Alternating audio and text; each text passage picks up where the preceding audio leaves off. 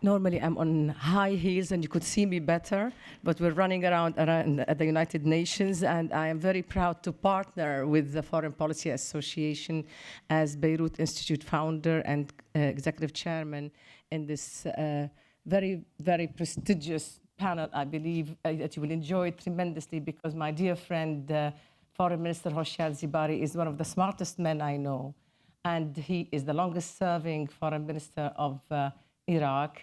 But his knowledge is so vast that this conversation with him, after he makes a keynote address, I will have a conversation with Foreign Minister Hoshyar Zebari.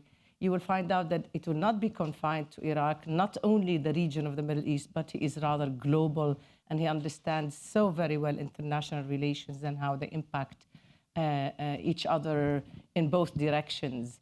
And after I have this conversation with Minister Zebari, I will invite my other two panelists who will come on stage, and each of them will also have a chance to say something first. But I will introduce them when they come on, but it is going to be a magnificent conversation with a woman who is in the middle of being an activist on Syria, including the political, of course, as a head of a women's organization, she of course cares about women's issues, but as an activist in the Syrian opposition, she cares about the future of the country altogether. We'll hear her insight.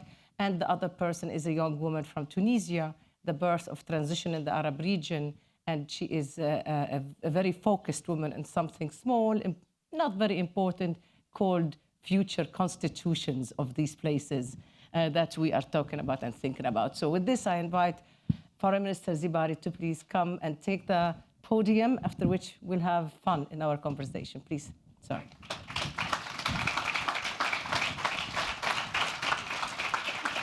Thank you.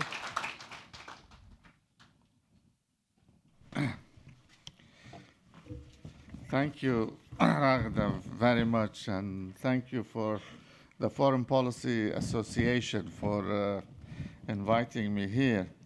I'm flattered by your remarks, Raghda. I know something about my region, but not everything. But thank you very much for your kind words. As you know, we are here to participate at the General Assembly, the 67th session. And one of the key themes of this session is, in fact, the developing crisis in Syria.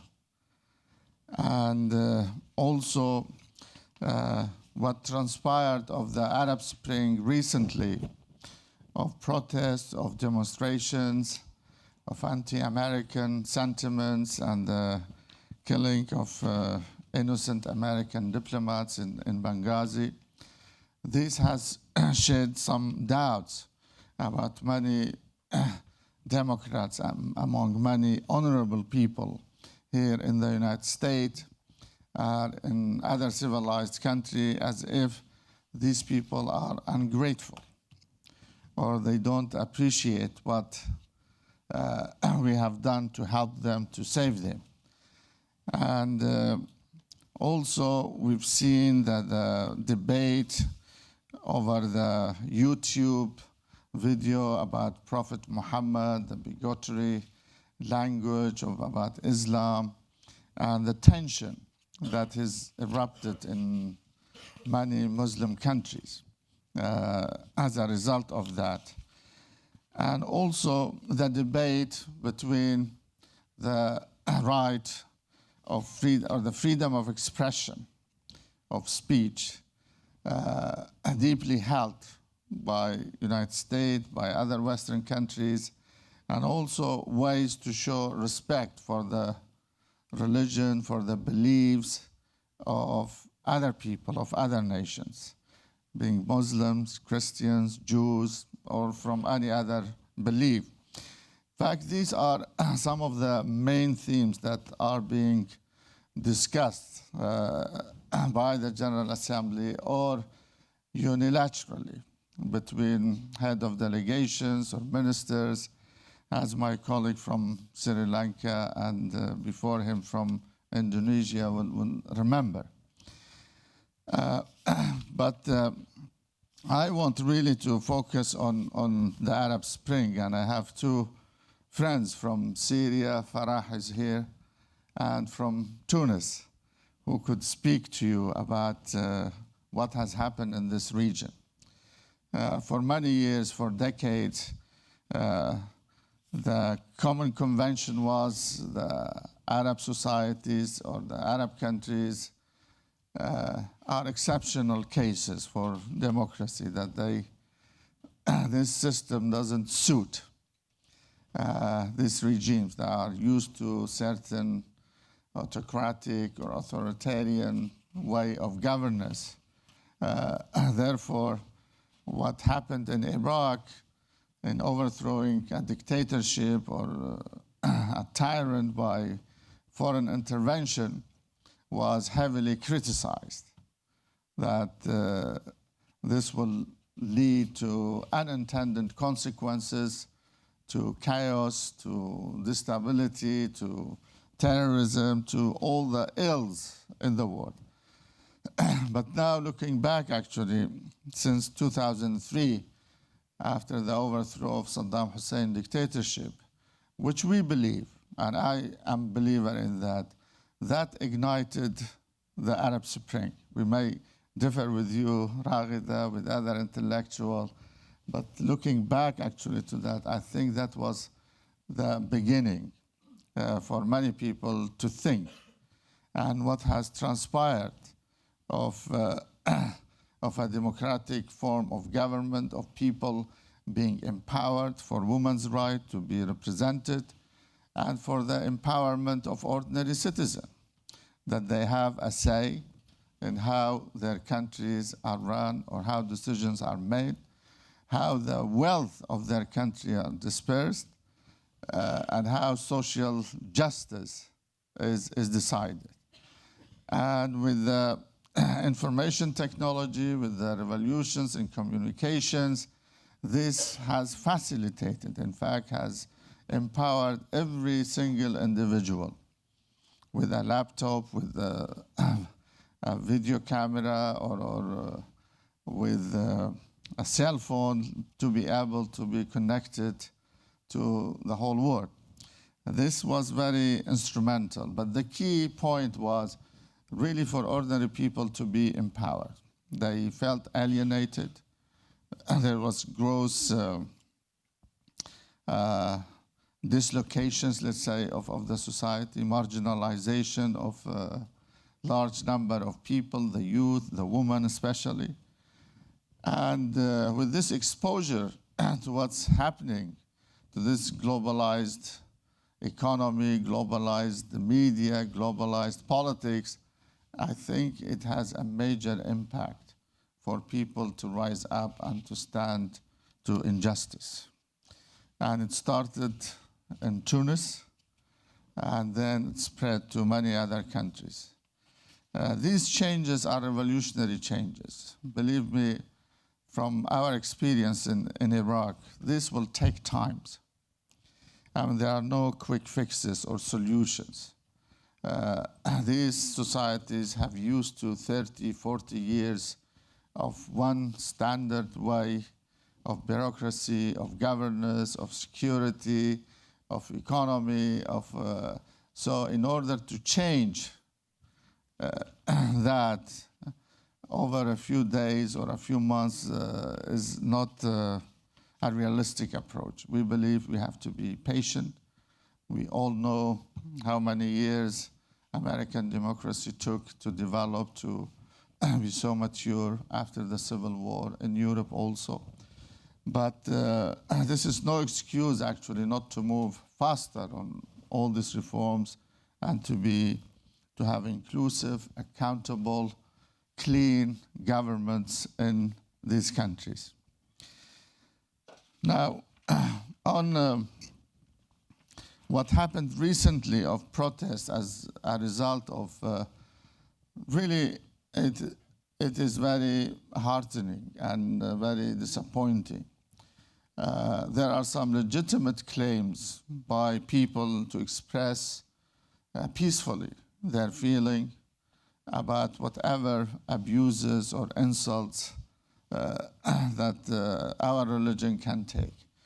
But to take up arms or to attack, let's say, foreigners or American interests or restaurants or diplomats who are trying to help the same people is really incomprehensible.